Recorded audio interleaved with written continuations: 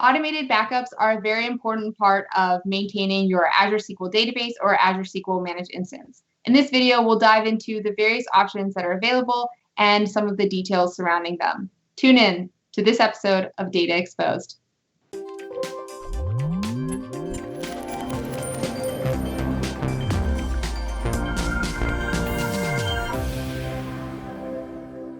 Hi, I'm Anna Hoffman, and welcome to this episode of Data Exposed. In the previous episode, we took a part one look at the story for Azure SQL automated backups, looking at point-in-time restore, long-term retention, and geo-restore use cases and capabilities. In this episode, Shreya is going to dive deeper into how to actually configure these things and use them in the case of an emergency or some other situation. With that, I'll pass it over to you, Shreya. Now, let's look at a quick demo of all of these type of restores and backups that are available to you in Azure. And you can see that I have three servers created, and one in East US, other one is West US, and in Brazil is also in three different regions. So I'm going to go to the server created in US West here real quick. And you can see that I have three databases hosted on this server. Let's look at a quick demo of point-in-time restore, how you can run point-in-time restore for one of the databases here. So I go to the database there, and in the overview tab, I can see the different details of this database, and I click on restore here. So when I click on restore, it takes me to this restore blade, and it tells me that this is a point-in-time restore. I can click here and select a long-term backup retention restore also if I have configured LTR backups on my database. And then it tells me to pick a time, date and time.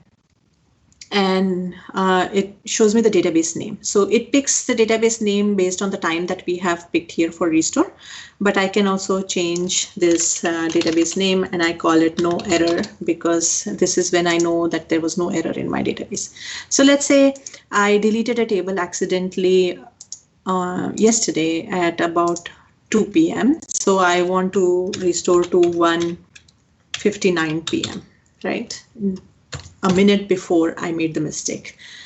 So I pick the date, I pick the time, I call it AdventureWorks no error, and then it has picked the slow and size or number of cores based on what I had on my original database. And it's not an elastic pool. I'm just going to say review and create here. Click review and create, and then I just go ahead and create. And this will start the restore process for me, point-in-time restore process for me, right? Now, while this is running, because this will take a few minutes to run, so while this is running, what we do is we go back to our servers here, and I'll show you how you can also run LTR backup, LTR restore on your database. Let's look at a demo for that. So I pick another database here for which I know I have configured long-term retention backups. So I click on restore again, and instead of picking point-in-time restore, this time I'm going to pick long-term retention, backup retention, and it shows me the backups that are available to me. Based on the retention period that I have set up for this database. We'll see how you can look at the retention period later in the demo. But based on the retention period that I have set up, I have these backups available to me. So let's say I want to go back to the oldest backup that is available to me, which is this one. So I click on that, and then I call it oldest LTR available to me. And so I can change the name of the database here. I pick the time, I change time, and then I click on review and create, and I start creating the database. So this has queued my point-in-time retention restore and my LTR restore on my database, on my server here, right?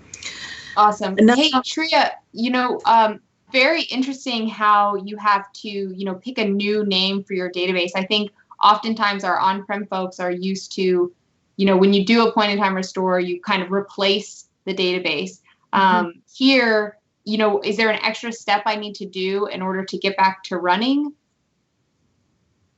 Yeah, so a good question. And what happens is we don't restore it in the same database, or we don't restore with the same name, because we do not want to, alter anything with the database which is running right now, which is already running. So what we do is we restore it into another database with a new name. And once the restore is complete, and once the users have verified that their database restore is what they were looking for, they can change the connection string in their application to now connect to the new database that they have restored. And that way their application can now start pointing to the new database, right? Now going back to, while this is both of these, we can see that both this point in time restore and LTR are still running.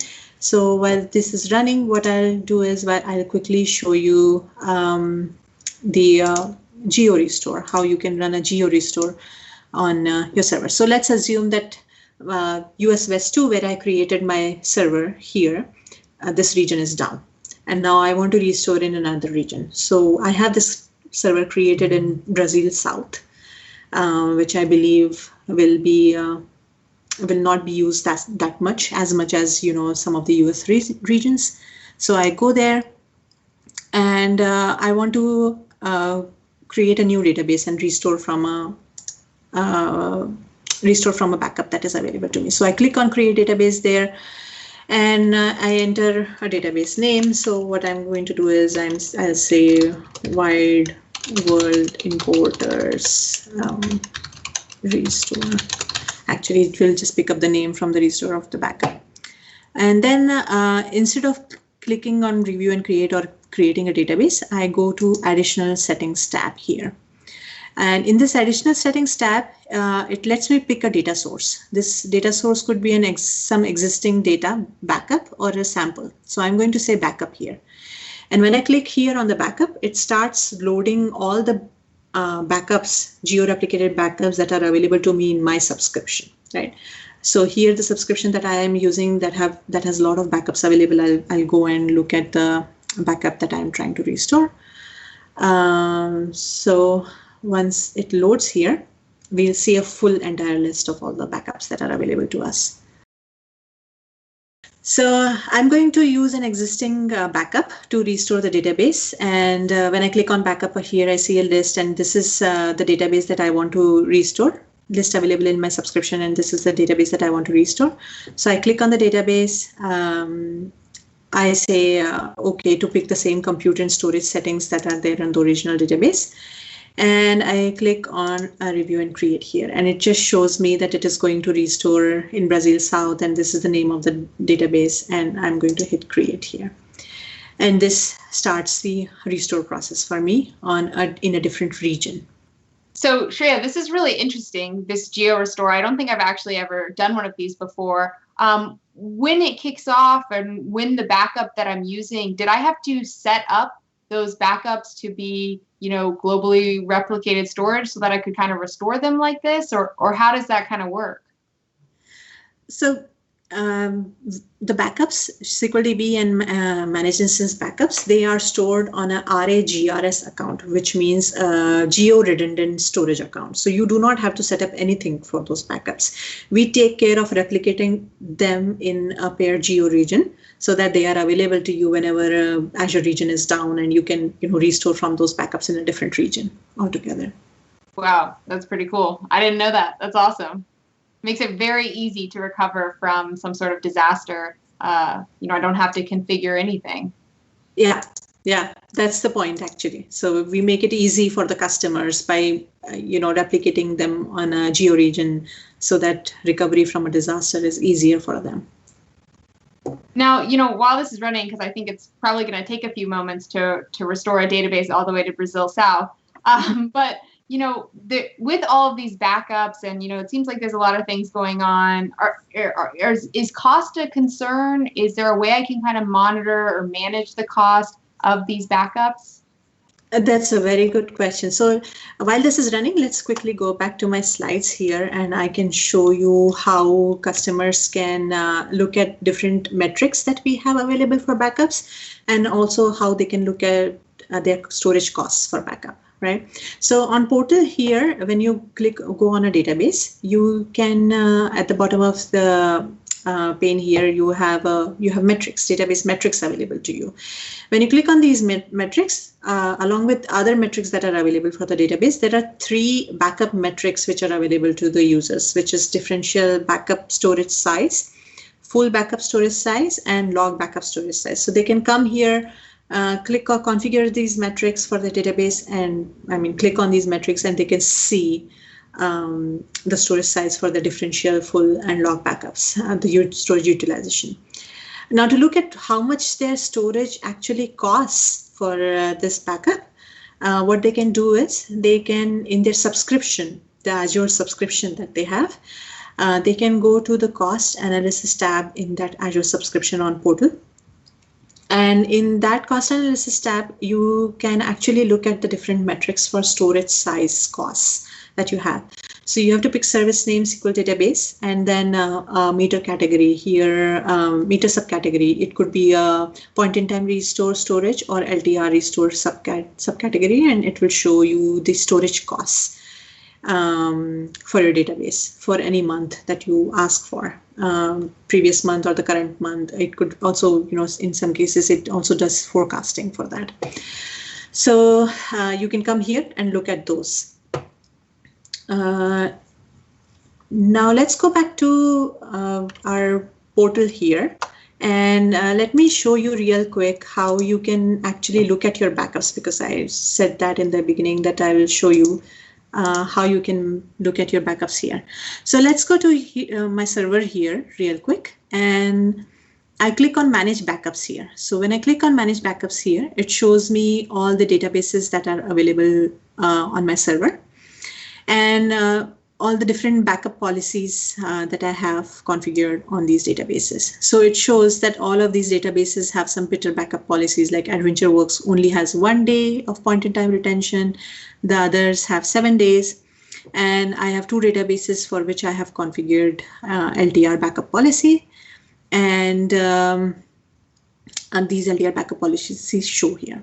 So now let's say I want to change these LTR backup policies, or I want to configure LTR backup for this database here, for which I do not have. I can click on the database here. I can click on configure retention, and I can come and change the point-in-time restore configuration from here, from anywhere between 1 to 35 days. Or I can also change the long-term retention configuration. So I can say I want to take weekly LTR backups once every week, and first week of the month, and then I want to retain it first week of the month. I want to retain it for, let's say, 10 years, right? So I go and say that, sorry, here, and then I can click on apply, and this will start applying those new LTR backup policies for my database. So after the first full backup is taken, that first full backup will be copied as my long-term retention backup, and then that LTR backup will be available to me. And to look at the available LTR backups for my databases, I can come in this tab, available long-term retention backups, and then I can click on one of these databases here. And then this shows me that these are the LTR backups available to me. So I can look at my LTR backups, and I find better backup policies from there. So by looking at both the metrics and kind of the cost management, or the amount of storage, and kind of configuring my managed backups here, that's how I can kind of optimize my costs versus how long I want to keep this stuff around. Because if I keep it around longer, that's going to mean more storage costs. Exactly. So now looks like our point-in-time restore and LTR did finish. So let's come back to the server here, and I clicked on overview, and you can see that the databases that we restored, AdventureWorks, no error. This was the Peter point-in-time restore that we ran, and this was the LTR long-term retention restore that we ran. Both of them have finished. Both of the databases are available to me now. They are in online state here. So now I can start running my queries on these databases because they are available to me. If I want to, let's say, fail over to this database from my original database, I can do that also. Customers can change the connection string and just start pointing their application to this database. So that is also possible.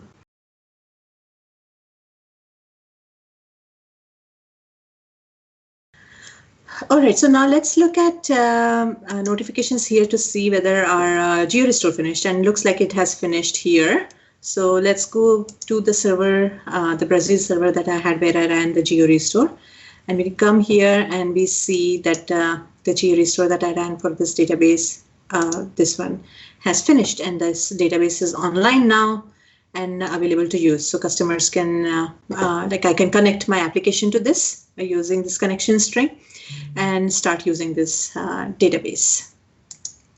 Awesome. Thanks, Rhea. I mean, in this video, you kind of shown us a lot of things, from point-in-time restore for mistakes or even deleted databases, to long-term retention for databases up to 10 years, even for a server I might have deleted, all the way through GeoRestore, which really doesn't require any setup and is kind of the cheapest option in the case of a disaster. So thanks so much for joining us today, Shreya. We're going to put a bunch of links for our viewers in the description tab. So we encourage you to go learn more. And if you like this video, please like this video or subscribe to our channel or comment on which way you're using automatic backups today.